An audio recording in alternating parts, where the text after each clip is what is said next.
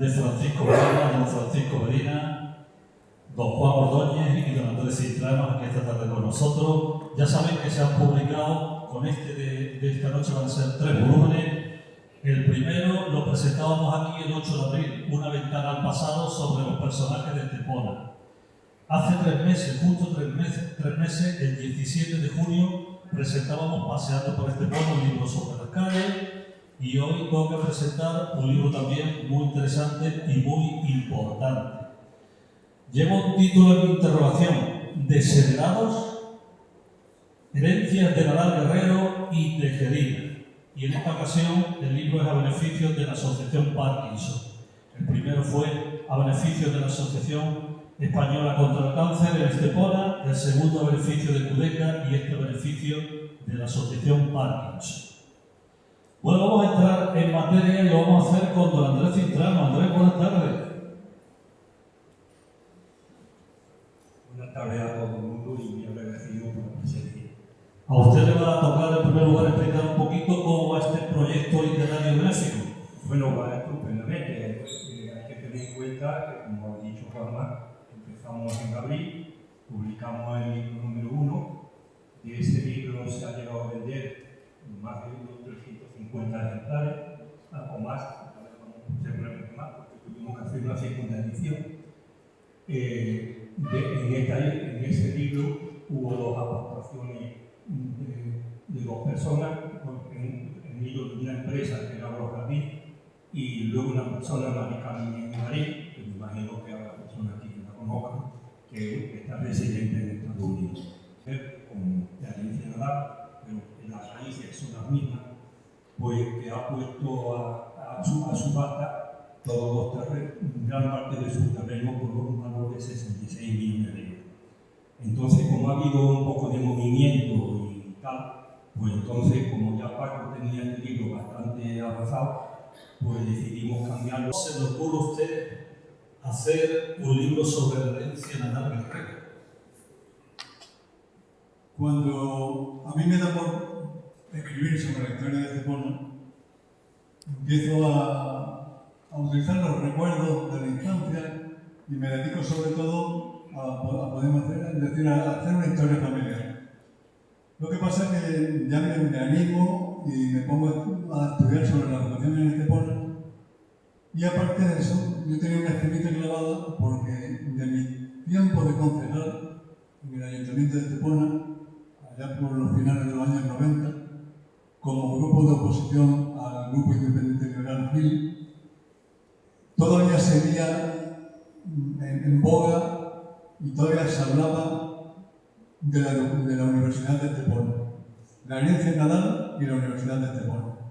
Había muchas falsas noticias al respecto, había una cierta manipulación de los partidos políticos con esa idea, se decían muchas falsedades y yo intenté poner en orden todo lo que yo conocía sobre la herencia Nadal y plasmarla en un blog que ha estado abierto a todo el mundo durante varios años.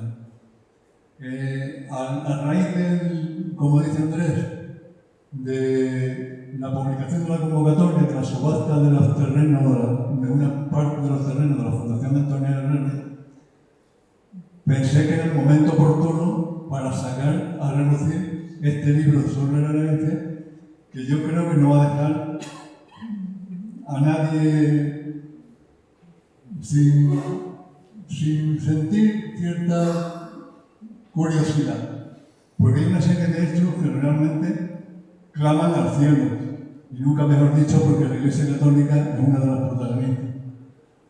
Pero creo que es conveniente que todo esteponero conozca cuál ha sido la situación de la herencia, se han dicho muchas cosas sobre ella no totalmente correctas, y cuál es el futuro previsible de lo que queda de la herencia. Esa ha sido un poco la razón de publicar este libro. La situación o el momento que yo creía que era el más apropiado para publicarlo, vista la convocatoria de la subasta de terrenos. El título, que la verdad es que dice mucho porque está interrogante. ¿Desheredados? Es que cuando se empieza a hablar de la Universidad de Estepona, de los terrenos de la Fundación Nadal, se hablaba de que cuando la herencia Nadal Guerrero, en total eran más de 3 millones de metros cuadrados, 300 hectáreas, 300 campos de fútbol, para entenderlo.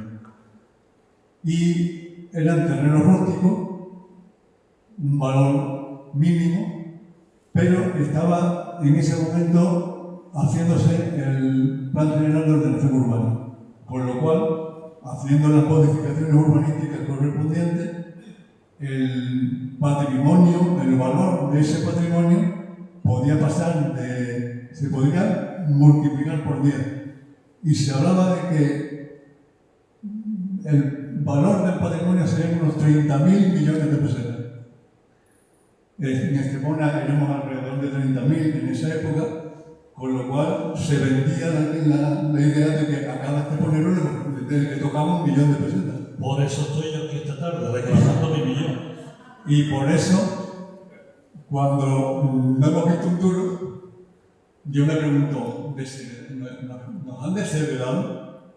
Y esa es un poco la razón del título, explicar que era toda una falsedad, a fin de cuentas. A los vecinos no les correspondía, al ciudadano, a la persona, físicamente no le correspondía absolutamente nada. Otra cosa es los beneficios que obtuviese el municipio, que eran importantes. Entonces, de ahí viene el título. ¿Nos han desheredado? Bueno, habrá más preguntas interesantes. Ahora vamos con Juan Ordóñez, porque todo esto de la herencia hay quien dirá, bueno, pero ¿dónde empieza? ¿En qué ancestro se origina esta cantidad, esta acumulación de terreno? Y hay en todo esto un personaje clave, don Cristóbal Navarro Díaz. Y Juan sabe mucho de este hombre. Sí, es verdad. A día de hoy, Cristóbal Navarro Díaz, voy a hacer una pequeña semblanza de él, muy breve, que no va a ser muy rápido. A día de hoy, Cristóbal Navarro Díaz sigue siendo un gran desconocido, a pesar que fue el origen de una inmensa fortuna que, junto con la de su prima Antonia Herrero Díaz, ambos fallecidos solteros y sin descendencia, acabarían dando lugar a la famosa y polémica millonaria herencia Nadal. Para ubicarnos, recordemos que los beneficiarios de este inmenso legado fueron los hermanos Carmen, María Catalina y José Antonio Nadal Guerrero, sobrinos de aquellos. Cristóbal nació en 1849, estudió bachillerato en el Instituto Provincial de Málaga y cursó los estudios superiores en 3 universidades. Comenzó en la Facultad de Derecho de la Universidad Literaria de Granada.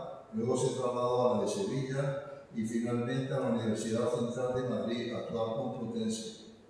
Fue abogado y diputado conservador en las Cortes Españolas durante 6 legislaturas, elegido por la circunscripción de Málaga por el distrito Caucín-Estepona a finales del siglo XIX. Además fue un destacado terrateniente, dueño de extensos terrenos en Estepona y de una considerable fortuna.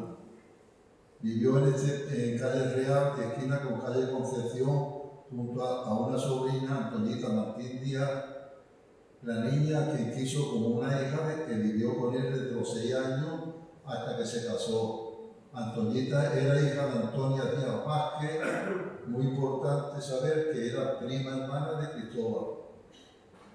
Era tal la adoración que sentía por esta niña que cuando venían sus amigos diputados de Madrid o algunas personalidades a visitarlo, le advertía muy encarecidamente que ni se le ocurriera preguntarle, aunque solo fuera por cortesía, si querían tomar algo, no fueran a creer que era una criada. Le decía que para eso ya estaba la señora de servicio doméstico, que era María Leila de Josefa Aranda. Por todo ello, para los que hemos investigado en esta biografía, e incluso entre los descendientes de Antoñita, que algunos se encuentran hoy en esta sala, nos hacemos la siguiente pregunta. ¿Cómo es posible que Antoñita, habiendo vivido con Cristóbal como si fuera su hija y teniendo el mismo grado de parentesco que los hermanos Nadal, recibiera solamente en herencia una casa en la calle Puerto 39, un terreno rústico en la Loma del Monte, otro en Guadalhorce y una renta vitalicia, renta que por cierto dejó de percibir cuando heredaron los Nadal, mientras que el grueso de esa inmensa fortuna fue a parar a estos últimos. Es una incógnita que como somos muy tenaces esperamos resolver algún día. Cristóbal otorgó testamento en Málaga el 30 de septiembre de 1905 y como curiosidad lo hizo ante el notario Juan Barroso Ledesma, natural de Casares, que era yerno del prestigioso médico esteponero Miguel Jerez Marmolejo y dueño de una de las bibliotecas particulares más importantes de España, que fue destruida durante la Guerra Civil.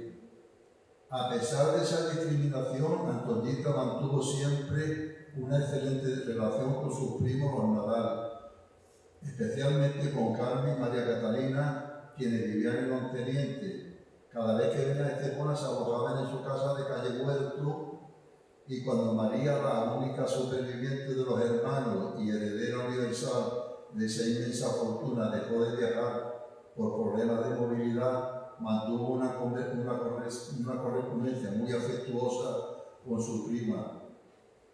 He tenido acceso a varias cartas de esta última en las que se percibe claramente el cariño que se tenía entre ambas. Cristóbal falleció el 24 de julio de 1921.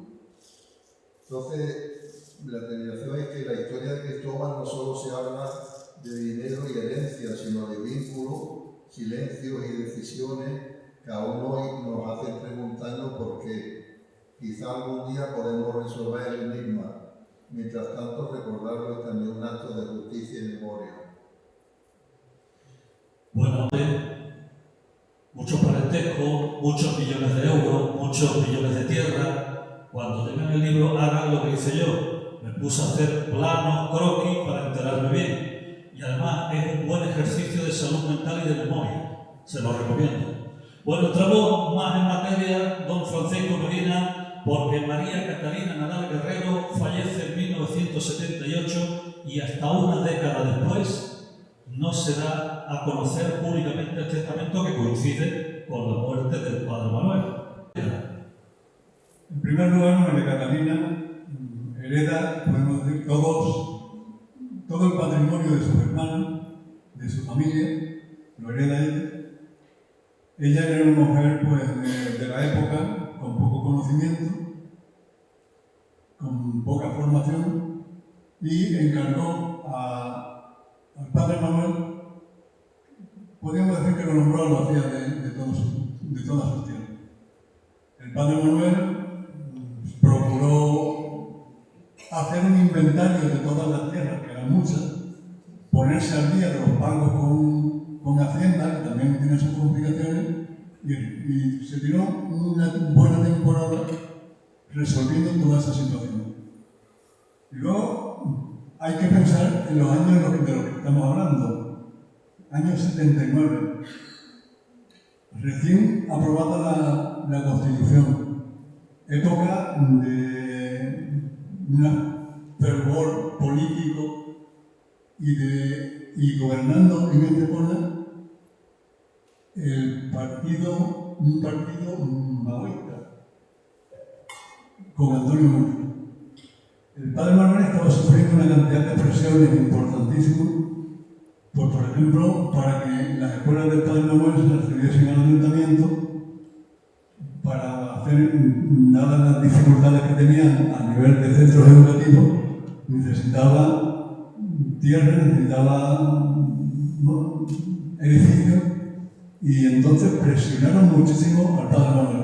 El padre Manuel, que no tenía un pelo de tonto, lo que hizo fue callarse, mantener totalmente en secreto la enorme fortuna que estaba él administrando y dejar para tiempos mejores el desarrollo de los proyectos o de las intenciones que tenían la ferretería.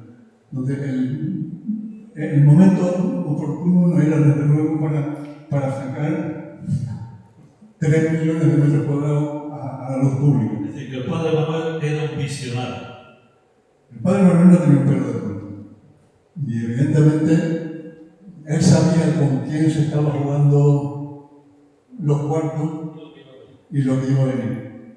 y entonces mantuvo el patrimonio intacto, porque de hecho podía haber vendido tierras para pagar impuestos, y él se la veía, se la deseaba para cobrarle a los colonos, y tenía dificultades para resolver con la hacienda todos los pagos de plusvalía, de IBI, etc. Y sin embargo mantuvo el patrimonio intacto gracias a que lo cortó, porque evidentemente si lo hiciera así a la luz pública, no sé dónde hubiera acabado el patrimonio. Bueno, vamos, Francisco, se recoge en el testamento. Según dice en tu libro textualmente, el pueblo de Estepona nunca ha sido beneficiario directo de la herencia Nadal Guerrero. ¿Quiénes son los beneficiarios? La herencia Nadal Guerrero tiene, podemos decir, hay que ir a lo que ha comentado Juan del orden familiar existente y de la relación familiar. Toda la fortuna de la herencia procede de Cristóbal Navarro, y yo creo que procede incluso de su abuelo, que era regidor a principios del siglo XIX. Cristóbal Navarro pone como herederos a sus primas hermanas, Antonia Guerrero e Isabel Guerrero Díaz. Antonia Guerrero es la que aguanta mayor tiempo viva. Isabel muere en 1906, tiene 3 hijos, y la herencia, podemos decir, se divide en 4 partes. Una parte por cada hijo de Isabel y la de Antonia Guerrero. Cuando fallece Antonia Guerrero, el patrimonio de Antonia Guerrero pasa a esos 3 hijos de los Nadal Guerrero. Van falleciendo uno a uno, porque en esta familia era muy religiosa. Yo no sé si era porque por ser tan religiosa, ninguno tuvo descendiente. Fueron familias, unas líneas genealógicas bastante limitadas. Total, que la última heredera es María Catalina Nadal Guerrero. Entonces, María Catalina Nadal Guerrero había recibido su parte, la parte de su hermana, la parte de su hermano y la parte de su tía. Esos 4 apartados son los que recibe María Catalina.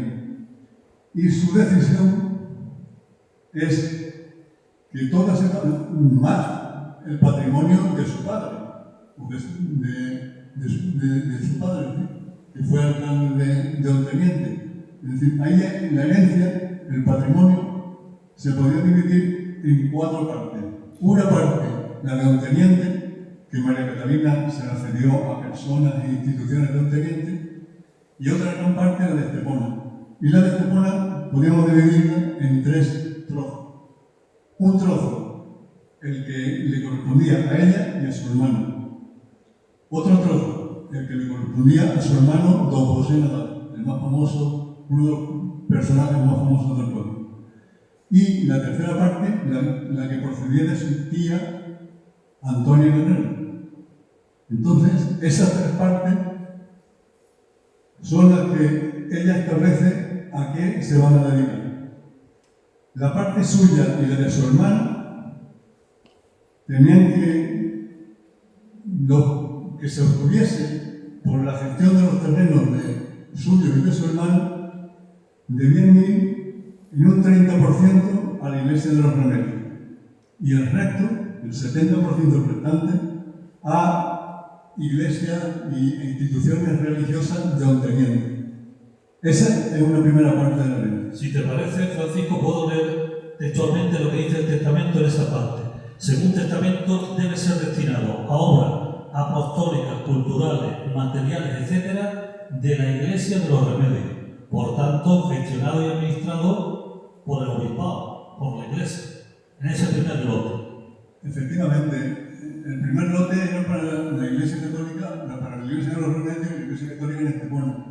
Y el 70% restante era también para instituciones religiosas. Lo que pasa es que eso ya lo gestiona el obispado de Valencia, evidentemente. Pero esa es la parte, podemos decir, de las mujeres. Luego, la parte del hermano don José Nadal, el acuerdo era la propuesta o la proposición que se establece en la herencia es que se hiciese una fundación religiosa para que con los beneficios de esa fundación y de esos terrenos se hiciesen obras sociales y educativas en Estepona. Esa es lo que se conoce como la Fundación José Nadal. Pero también de la parroquia de los Remedios. Pero también ligada a la parroquia de los Remedios. Y luego la última parte es la parte de la tita, Antonia Guerrero, que esa sí había establecido en su testamento qué quería hacer con él. Es la famosa parte que dice que se cree una fundación presidida por el alcalde, la maestra más antigua del pueblo, la mujer que ella designe y el juez de primera instancia. El juez de primera instancia el Estado no permitió que formase parte de la fundación, por lo cual esa fundación está encabezada por 3 personas: el alcalde, la maestra más antigua y la mujer que ella designa. Y tenía un fin muy concreto: facilitar estudios a las mujeres de Estepona pobres que no pudiesen estudiar porque su familia no tuviese dinero. Esa es la propuesta del patrimonio que recibe la Fundación Antonia Guerrero. Y ahí es donde empieza. Ahora, ¿cómo podemos definir la evolución que ha tenido toda esa herencia desde entonces hasta ahora? No lo vamos a contar todo porque hay que leer el libro. Sí, yo ahí me reservo, digo, lo van a encontrar en el libro porque además se van a llevar más de una sorpresa cuando lo vayan leyendo. La cuestión es que hay una asignación inicial a un individuo, se produce un fraude, los bancos presionan al obispo de Mallorca, que era la Lucía en ese momento, y al final, gracias a una casa, se queda bien con los bancos, pero se pierde la mitad de las tierras de las hermanas María Catalina y Carmen. La mitad de la tierra se la comen los bancos. Queda una segunda mitad. Pasan los años, la segunda mitad la vende el obispado y hasta ahora. La Fundación Antonia Guerrero es la única que se salva por no ser de la Iglesia, de todo, de desaparecer el patrimonio en lo que se refiere a Estepona. Porque evidentemente lo que deseaban las herederas era que el patrimonio, tanto de la Fundación Nadal como del 30% del patrimonio de las hermanas, fuese a la Iglesia de los Remedios para fines sociales y educativos.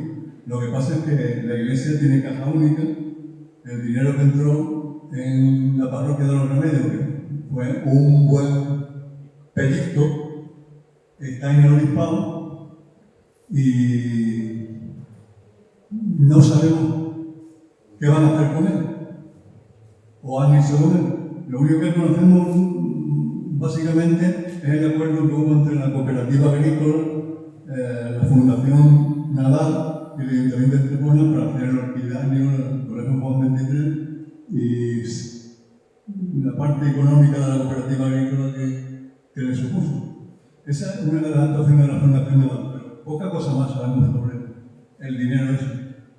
Incluso en algún momento se leyó en la prensa de que el obispado pensaba utilizar ese dinero para levantar la torre mocha que hay en la Catedral de Málaga. Hasta ahí se ha llegado. Pero como con la Iglesia hemos topado a saber qué se va a hacer con ese dinero, que, insistimos, ese dinero sí que tenía un fin concreto. Era el fin social, educativo de Estepona y sobre todo de la gente ligada a la parroquia de los Remedios. Preferentemente a a obras de tipo cultural, social y religioso de la parroquia de los Remedios de Estepona, y si se trata de ayudar a personas físicas que tengan derecho preferente a los beneficios a aquellas personas que residen en Estepona. Esto es textualmente el testamento, Podemos decir que hemos perdido, porque no sabemos dónde está. Sí, sabemos dónde está, la cuenta de dónde está. Pero ¿qué gestión se va a hacer de ese dinero? Yo dudo que repercuta al 100% en la parroquia de los Remedios, en Estepona y en todo. Lo dudo, pero bueno. Lo que aparece en un testamento está claro. Tanto de las hermanas María Catalina y Carmen como la Fundación Nadal. Y la Fundación Antonio Guerrero es la que hasta ahora podemos decir se ha librado un poco de todos los avatares sufridos por la herencia, hasta hace unos días que publicaron el anuncio de que se subastan una gran parte de los terrenos por un importe de salida de la subasta de 66 millones de euros. El problema está, o la incógnita está, en qué se va a hacer con esos 66 millones de euros, cómo se van a gestionar, y ahí pediremos que iluminen a los miembros de la Fundación para que se hagan lo que más convenga al pueblo de Estepona y para conseguir los fines que se especificados. Evidentemente el fin es posibilitar los estudios de las mujeres que no pueden. Eso en aquel tiempo era totalmente cierto. Hoy en día no hay tantas dificultades, por lo cual siempre habría que ampliar un poco los fines, pero siempre en una línea evidentemente social y educativa. Dicen que el valor de una herencia se mide por la felicidad que trae. Por eso muchos velatorios y tanta gente seria, no crean que es por el muerto. ¿A quién ha traído felicidad esta herencia?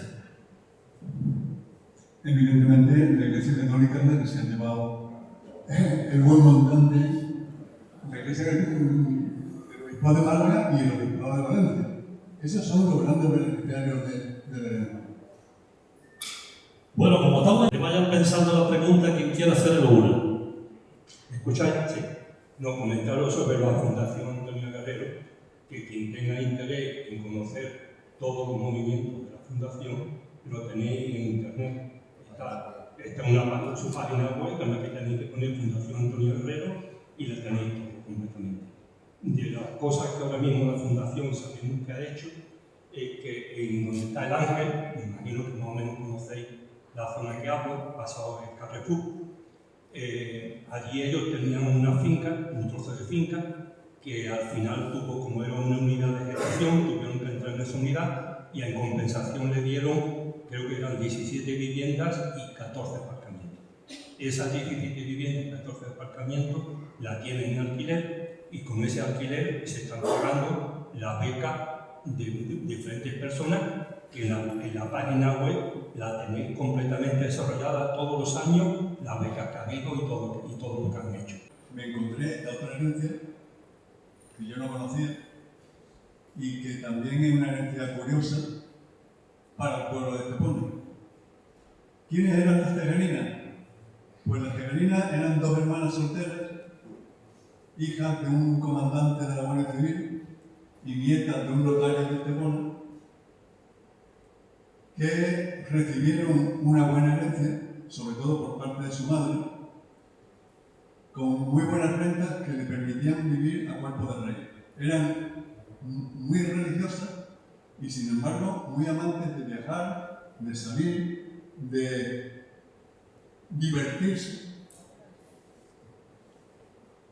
Y cuando fallece la última de las hermanas, sin descendencia evidentemente, la herencia se la da, parte de la herencia va a personas allegadas a ella, muchas con el fin de hacer tropecientas misas de difuntos al cabo de no sé cuántos años. Ese era uno de los fines, conservar su mausoleo en el cementerio y para eso le donó tierras y dinero a algunas personas concretas. Luego, a la parroquia de los Remedios también le cedió baratija. Y el grueso de la herencia, que estaba constituida por varias casas dentro del pueblo y por terrenos fuera del pueblo, eso se lo heredó una fundación que había en Estepona desde el siglo XVIII, que era el Hospital de Caridad. El Hospital de Caridad estaba en la calle Caridad, en la esquina con calle Aurora, y una vez que llega el Padre Manuel, traslada el Hospital de la Caridad de la calle Caridad a la Casa de las Peregrinas, a la actual, que ahora en la Plaza de las Flores, la casa, yo creo que es la casa estéticamente más brillante de Estepona, en la Plaza de las Flores, donde está la oficina de turismo y sala de exposición, y todo lo que ustedes conocen la Casa de las Peregrinas. Esa se la cedió, formaba parte del patrimonio del Hospital de la Caridad y estuvo ejerciendo como hospital, como casa de socorro, pues hasta el año 57. Que me imagino que, hablando del Padre Manuel, se le cruzarían los cables con el ayuntamiento, porque el ayuntamiento se había metido la cabeza dentro del Hospital de Caridad como casa de socorro y haciendo determinadas labores, y no me extraña que, conociendo al Padre Manuel, se le cruzaron los cables y cerró el kiosco, y el ayuntamiento se tuvo que buscar la vida, se desplazó a la Plaza Vieja y montó allí su casa de socorro provisional hasta que hizo la que había en la calle Fernández. Entonces, el patrimonio de esta señora es de una fundación, Hospital de Caridad, que hoy ya no existe, que fue expropiado por el gobierno de Franco en los años 60.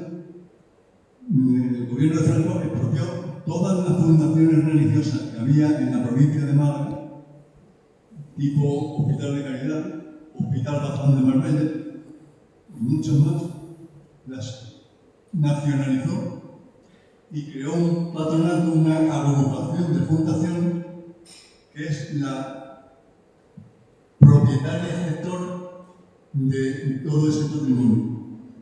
Pero uno se va al registro de las propiedades y en el registro de las propiedades todavía las fincas y las casas del Hospital de la Caridad siguen a nombre del Hospital de la Caridad. El gobierno no lo ha puesto a su nombre, no ha llegado a ponerlo a su nombre. Hay cartas diversas del gobernador civil pidiéndole al alcalde que le exigiese al cura los papeles del patrimonio de la fundación, y me imagino que no lo conseguirían, porque ya digo, en el registro de la propiedad, al día de hoy, todas esas propiedades siguen a nombre de Hospital de Caridad. Y esa agrupación de fundaciones, que estaría constituida en un tercio por personal de la Diputación de Málaga, en otro tercio por la Consejería de Asuntos Sociales y en otro tercio por el Obispado, no está ni constituida. Y no existe. No se reúnen, no gestionan. Hay documentación que así lo asegura, ¿no? Es decir, es una herencia que iba destinada al Hospital de Caridad, por tanto iba destinado a una institución que se encargaba de la salud del municipio, y por tanto el fin de esa herencia debería ser apoyar o facilitar todo lo que se refiere a la salud en el pueblo de Estepona. Pero las fincas están por ahí, alguna con colono, yo sé que están también con pleitos al respecto. Una es la joya de la corona, es la parcela que hay junto al dominio en Bicho, al pueblo del Castor. Pero bueno, ahí anda en el limbo del BOE, Y el ejemplo claro es la misma Casa de las Tejerinas, que se supone que es del ayuntamiento, es una cesión que hizo el gobernador civil al ayuntamiento, pero no es propiedad del ayuntamiento. Yo creo que no es propiedad del ayuntamiento. Y según me comentó Andrés, en el inventario del ayuntamiento de 2008 no aparece, dentro del inventario del ayuntamiento de Estepona no aparece la Casa de las Tejerinas. Y van a encontrar que, a fin de cuentas, todo está bastante bien documentado. Hay muchos recortes de prensa de la época, de las distintas épocas, porque estamos hablando de que esto surge en el año 89. Del 89 al 2025 han pasado unos poquitos de años. Y todos siguen un poco embarrados. Así que cuando lo lean ya me contarán. Lo mío es muy breve. Primero felicitar a vosotros tres porque hay cosas que si no se escriben desaparecen. Entonces vuestra labor para conseguir poner nuestra pequeña historia, pero es nuestra, es importante. Y sobre todo, como la presentación de hoy del libro de Emilio Paco, decirle que el título es muy acertado, porque para mí es más importante que desaparezca en el imaginario popular de que los obreros fuimos afortunados con la herencia. Eso es falso. La última palabra es reiterar el agradecimiento porque tienen ustedes aquí. El libro, si no, lo pueden adquirir aquí por 15 €. Y también les invito a que colaboren en la suscripción del próximo libro, que es sobre la educación en Estepona del siglo XIX y XX. Voy a bajar a firmar aquellos que quieran que les firme el libro y les invito pues, a colaborar tanto el uno como el otro.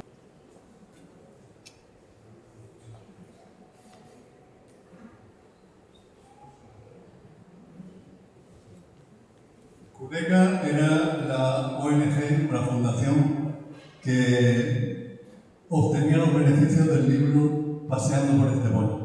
Ya hicimos una donación de 1.000 € hace unos días y ahora vamos a aprovechar lo que se hace en este acto para que vean que el esfuerzo merece la pena y que su dinero, en cierta medida, no solo repercute en conocer la historia de Estepona, sino que repercute en ONG, en fundaciones, en la sociedad, en la parte más importante y más delicada de la sociedad, como es, en este caso, Cudeca y su ayuda a los enfermos terminales. Hemos conseguido otros 500 € que os donamos y muchísimas gracias.